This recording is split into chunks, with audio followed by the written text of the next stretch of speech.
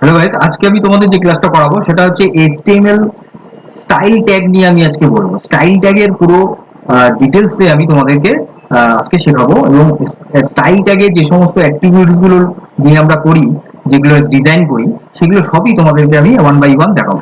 তাহলে চলো আমরা প্রথমে দেখে নিই যে স্টাইল ট্যাগটা কাকে বলছে। স্টাইল ট্যাগ হচ্ছে যে আমরা যখন কোনো মানে HTML দিয়ে স্ট্রাকচার বানাবো, সেই স্ট্রাকচারটাকে সেই ডকুমেন্টটাকে যখন আমরা কোনো স্টাইল তার মধ্যে দেব, কোনো স্টাইল কোনো রুলস যখন আমরা তার মধ্যে অ্যাপ্লাই করবো, কোনো ডিজাইন করা বা কোনো কালারিং করা, সে কোনো ব্যাকগ্রাউন্ড কালার করা, এই ধরনের জিনিসগুলো যখন করবো তখন সেটা হবে স্টাইল।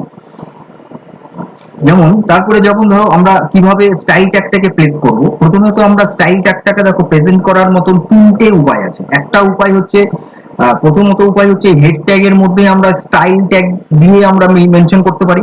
এক, দুই হচ্ছে আমরা যে ট্যাগটার মধ্যে আমরা স্টাইল অ্যাপ্লাই করব সেই ট্যাগের ভেতরে আমরা দেবো যেটাকে ইনলাইন বলে। আরেকটা যেটা আছে যেটা হলো সিএসএস আলাদা করে একটা আমরা স্টাইল শিট বানাবো, সেই স্টাইল শিটটাকে আমরা মেইন এইচটিএমএল প্রোগ্রামটার সাথে লিংক করে দেবো। তাহলে সেটা একটা হবে, মানে একটা এক্সটার্নাল হবে, একটা ইনলাইন হবে, আর একটা হবে কি, আর একটা হেড ট্যাগের মধ্যে আমরা করব। তাহলে এই মেইন হচ্ছে তিনটে প্রসেস আছে যে স্টাইল ট্যাগ ইউজ করার। তো আমি এখানে দুটো দিয়েছি, এই কারণে দুটো দিয়েছি কি, যে সিএসএস এখনো আমি শুরু করিনি। আজকের যে ক্লাসটা হচ্ছে এইচটিএমএল, এর পর থেকে সিএসএস টা আমি শুরু করব, এবং সাইমেন্টেনিয়াসলি চলতে থাকবে। মানে একটা করে এইচটিএমএল এর ক্লাস হবে, আবার আরেকদিন আবার একটা সিএসএস ক্লাস হবে, এইভাবে সাইমেন্টেনিয়াসলি একটার সাথে একটা কম্পেয়ার করে, মানে পাশাপাশি আমি করাবো। তো প্রথম হচ্ছে এবার সিএসএস রুলসটা এবার দেখে নিই যে কি করে আমরা স্টাইল অ্যাপ্লাই করব। সেই রুলসটা আমি প্রথমেই বলেছিলাম যে একটা স্টাইল ট্যাগটা হচ্ছে একটা রুলস অ্যাপ্লাই করা এইচটিএমএল ডকুমেন্টের সাথে। সেই রুলসটা আমরা কিভাবে করব? দেখো এখানে দুটো জিনিস থাকে, একটা হচ্ছে সিলেক্টর থাকে, একটা ডিক্লারেশন ব্লক থাকে। তো সিলেক্টর কোনটা? সিলেক্টর হচ্ছে যেটা, সরি, সিলেক্টর হচ্ছে সেটা যেটা যেই ট্যাগের আন্ডারে আমি স্টাইল অ্যাপ্লাই করব সেটাকে আমরা বলবো সিলেক্টর। আইদার যদি হতে পারে ধরো হেডিংটাকে আমরা স্টাইল করব, তাহলে হেডিং ট্যাগটা হবে হচ্ছে সিলেক্টর। তারপরে ডিক্লারেশন ব্লক কোনটা হবে না, যে সমস্ত প্রপার্টিজ বা ভ্যালুগুলো আমরা অ্যাপ্লাই করব ওখানে, সেইটা হবে হচ্ছে ডিক্লারেশন ব্লক। এবার যেমন এক্সাম্পল আমি দিয়েছি যে H1টা হচ্ছে সিলেক্টর, আর তার আন্ডারে যে কালার আর ফন্ট সাইজ দুটো আমি প্রপার্টিজ দিয়েছি, এবং তার সঙ্গে ভ্যালুস রয়েছে।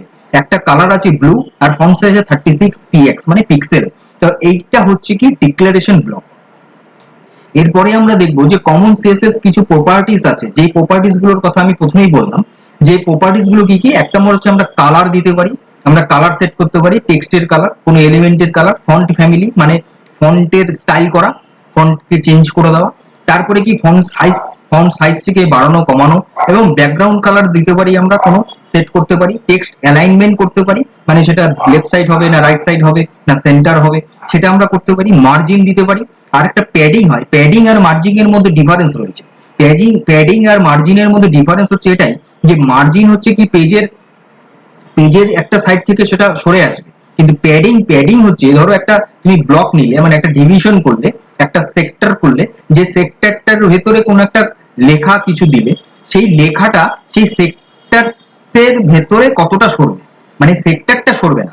সেক্টরটা যদি সরতে হয়, পুরো ক্লাসটাকে যদি সরতে হয়, তাহলে কিন্তু হবে মার্জিন। কিন্তু ক্লাসের ভেতরে যে প্রপার্টিসটা রয়েছে, যে ভ্যালুসটা রয়েছে, সেই ভ্যালুসটাকে যদি সরাতে হয়, তাহলে আমি অ্যাপ্লাই করবো হচ্ছে প্যাডিং। তার বর্ডার দেওয়া যাবে। তাহলে এই হচ্ছে কমন কিছু সিএসএস প্রপার্টিস আছে যেগুলো আমি বললাম। এরপরে হচ্ছে তোমাদের আছে যে একটা এখানে প্রোগ্রাম আমি এক্সাম্পল দিয়েছি। দেখো এখানে H1 ট্যাগ যেটা সিলেক্টর, তার ভিতরে যে প্রপার্টিস গুলো রয়েছে এটা ডিক্লারেশন ব্লক যেটা আমি বললাম। আরেকটা পি আছে যেটা আমি ফন্ট ফ্যামিলি আর টেক্সট অ্যালাইন দিয়েছি। আরেকটা আছে H1টাকে এখানে দেওয়া হয়েছে, মানে মেইন ট্যাগ হচ্ছে H1 আর পি, এখানে মেইন ট্যাগ দুটো।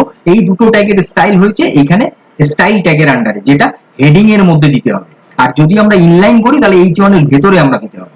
তাহলে আমরা এবার প্র্যাকটিক্যালি দেখে নেবো যে এটা কিভাবে হচ্ছে। তো তার আগে আমি একটা বলে নিই যে আমার এই ভিডিওর লাস্টে একটা কোশ্চেনারিজ আছে, যে কোশ্চেনারিজ প্রত্যেকটা ভিডিওতেই আমার থাকে। সেই কোশ্চেনারিজ গুলো তোমরা চেষ্টা করবে। এছাড়াও আমি পরবর্তী ভিডিও যখন ক্লাস করাবো তখন আমি এই কোশ্চেনারিজ গুলো নিয়ে আলোচনা করবো। আগের যে পার্ট 4 যে ক্লাসটা হয়ে গেছিল, যে পিআরই, পি আর এইচআর যে পিআর ট্যাগ নিয়ে যে পার্ট 4 ক্লাসটা হয়েছিল সেটার মধ্যে যে কোশ্চেনারিজ গুলো ছিল সেই কোশ্চেনারিজ গুলো অলরেডি আমি অ্যান্সার করে দিয়েছি, তোমরা একটু শর্টসটা দেখে নিবে। আর আজকের যে ভিডিওর যে কোশ্চেনারিজ গুলো এটা আমি পরের শর্টস হোক বা লেন্থ ভিডিও হোক আমি তোমাদেরকে ক্লাস করে দেখাবো। যদি তোমরা কেউ চেষ্টা করো তাহলে অবশ্যই কমেন্ট করে আমাকে জানাবে। তাহলে এইবার আমরা চলে যাব সোজা প্র্যাকটিক্যালে, যে প্র্যাকটিক্যালে আমরা করে দেখাবো যে কি করে যে স্টাইল গুলো অ্যাপ্লাই হচ্ছে। দেখো এখানে আমার এখানে একটা নোটপ্যাড আমি খুলেছি, এখানে আমি নোটপ্যাডটার মধ্যে আমি এবার করব, sorry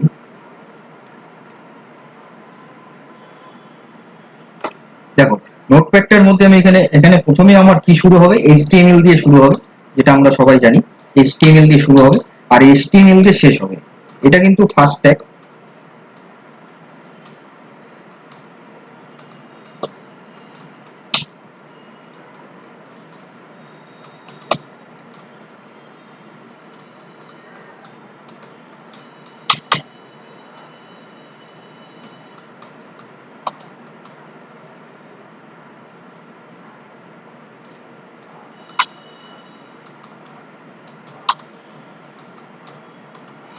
my first web page বলে আমি টাইটেল দিলাম হেড ট্যাগের ভিতরে, ঠিক আছে।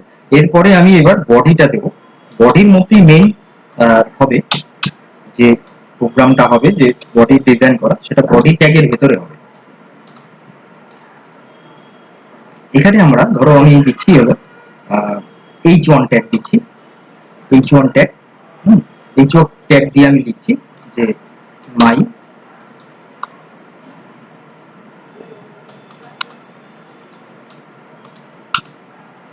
এবং H1 ট্যাগটা বন্ধ করতে হবে। এরপরে আমি এখানে ধরো এখানে যদি এবার H1 এর ভেতরে যদি স্টাইল দিই তাহলে যে স্টাইল দিয়ে ইকুয়াল টু দিতে হবে, দিয়ে ভেতরে ডবল কোটের মধ্যে আমি দিলাম ধরো ফন্ট সাইজ, আমি ধরো কালার দিই, ফন্ট সাইজ তো ওখানে তোমার হচ্ছে H1 ট্যাগ ওটা বড়ই নিয়ে নেবে, কালার দিই, কালার দিয়ে হচ্ছে রেড,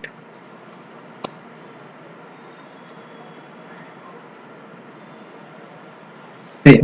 এবার আমরা কি করবো, এটাকে রান করতে হবে, .html দিয়ে সেভ করে নিতে হবে, আমি .html দিয়ে ডেস্কটপে সেভ করে নিচ্ছি।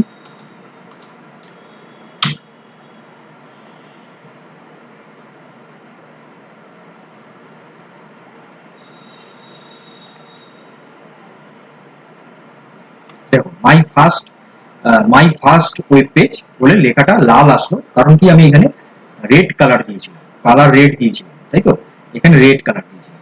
এরপরে আমি যদি এখানে আরো অ্যাপ্লাই করি, দেখো তাহলে তোমরা এখানে দেখলে যে আমি এখানে তোমাদেরকে দেখালাম যে কি হলো, যে কালার রেড আর ফন্ট সাইজ আমি দুটো কিন্তু এখানে ডিক্লারেশন ব্লক নিলাম, মানে প্রপার্টির সঙ্গে ভ্যালু, আর কি করলাম স্টাইল ট্যাগের মধ্যে দিলাম।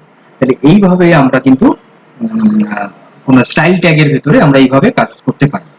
তাহলে আজকের ভিডিওটা, আজকের ক্লাসটা তাহলে পর্যন্ত রইলো। পরবর্তী ভিডিও, পরবর্তী ক্লাস নিয়ে খুব তাড়াতাড়ি আসছি। ততক্ষণ তোমরা সুস্থ থাকবে, ভালো থাকবে, মজা থাকবে, আপডেটেড থাকবে, ডিজিটালি থাকবে এবং এই policy of design AI computer learning সেন্টারের সঙ্গে থাকবে। আমি কিংকর আমার সঙ্গে থাকবে।